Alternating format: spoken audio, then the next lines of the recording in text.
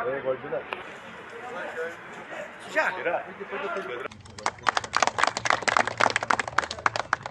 پوری امید ہے کہ آنے والے کارپوریشن میں ہماری تعداد اور بھی بڑھے گی. اور ہمارے نازیہ جی تو 2 ٹرم کی کارپوریٹر ہے، ابھی تیسری ٹرم بھی بنے گی، اور ان کے ساتھیوں نے آج کانگریس کو چھوڑ کر وہاں سے مستعفی ہو کر ہماری پارٹی کو جوائن کیا ہے،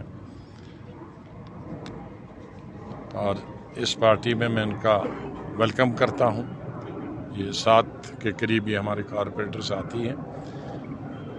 اپنی ساتھیوں کی طرف سے، اپنی طرف سے ان کا ویلکم ہے اس پارٹی میں. ان کو نہ صرف کارپوریٹر کا الیکشن لڑنا ہوگا بلکہ تنظیم کو بھی مضبوط کرنا ہے. جو جہاں فٹ ہوگا تنظیم میں کام کرنے کے لیے وہاں ان کو جگہ دی جائے گی تنظیم میں کام کرنے کے لیے، اور ان کے آنے سے ہماری پارٹی کو شہر سری نگر میں اور بل ملے گا اور طاقت ملے گی. میں ایک دفعہ پھر ان کا خوش آمدید کرتا ہوں.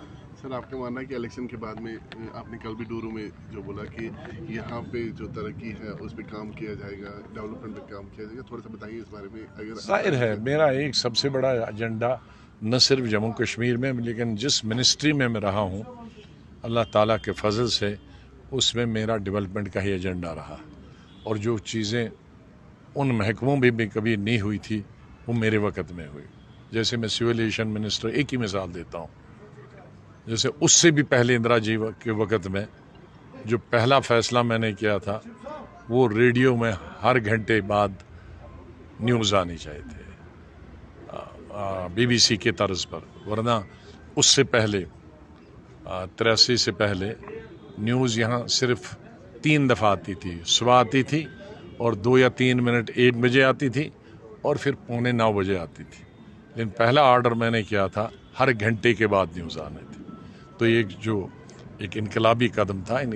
اندرا جی نے اس کا کئی دفعہ ذکر کیا کہ ہم نہیں کر پائے. دیکھو اس چھوٹے بچے، اس وقت میں میری عمر 32-33 سال تھی، اس نے کر دیا. جیسے جب میں 27-28 سال پہلے بنا سول ایویشن منسٹری میں، تو جو آج یہ پرائیویٹ جہاز چل رہے ہیں یہ میرا فیصلہ تھا، میں نے کیبنٹ میں لایا. ورنہ صرف انڈین ایئر لائنز ہوتی تھی، اور انڈین لائن ہڑتال کرتی تھی تو 50 دن کوئی جہاز ہی نہیں چلتا تھا. اس لیے سب پرائیویٹ جہاز لائے، اس کے بعد کوئی ہڑتال ہی نہیں کرتا.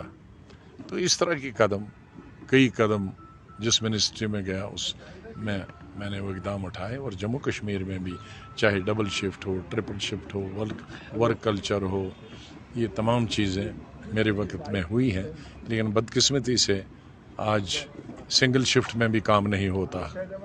تو اس وقت اسٹیٹ کے مزدوروں کو تو کام ملتا تھا، باہر کے اسٹیٹوں سے لوگ آتے تھے مزدور یہاں کام کرنے کے لیے. آج ہمارے اسٹیٹ کے 90% لوگ باہر کی اسٹیٹوں میں مزدوری ڈھونڈنے کے لیے جاتے ہیں.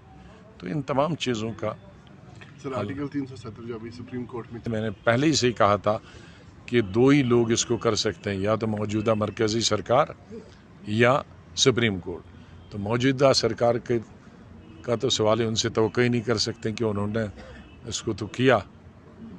اور اب سپریم کورٹ سے ہماری آخری امید ہے. میں پرسوں بھی جب دلی 2-3 دن کے لیے گیا تھا، 1-1.25 گھنٹہ میں نے سبل صاحب سے بھی ملاقات کی، ان کو مبارکباد دیا اپنی طرف سے اسٹیٹ کی، چاہے وہ کسی کے بھی وکیل ہوں.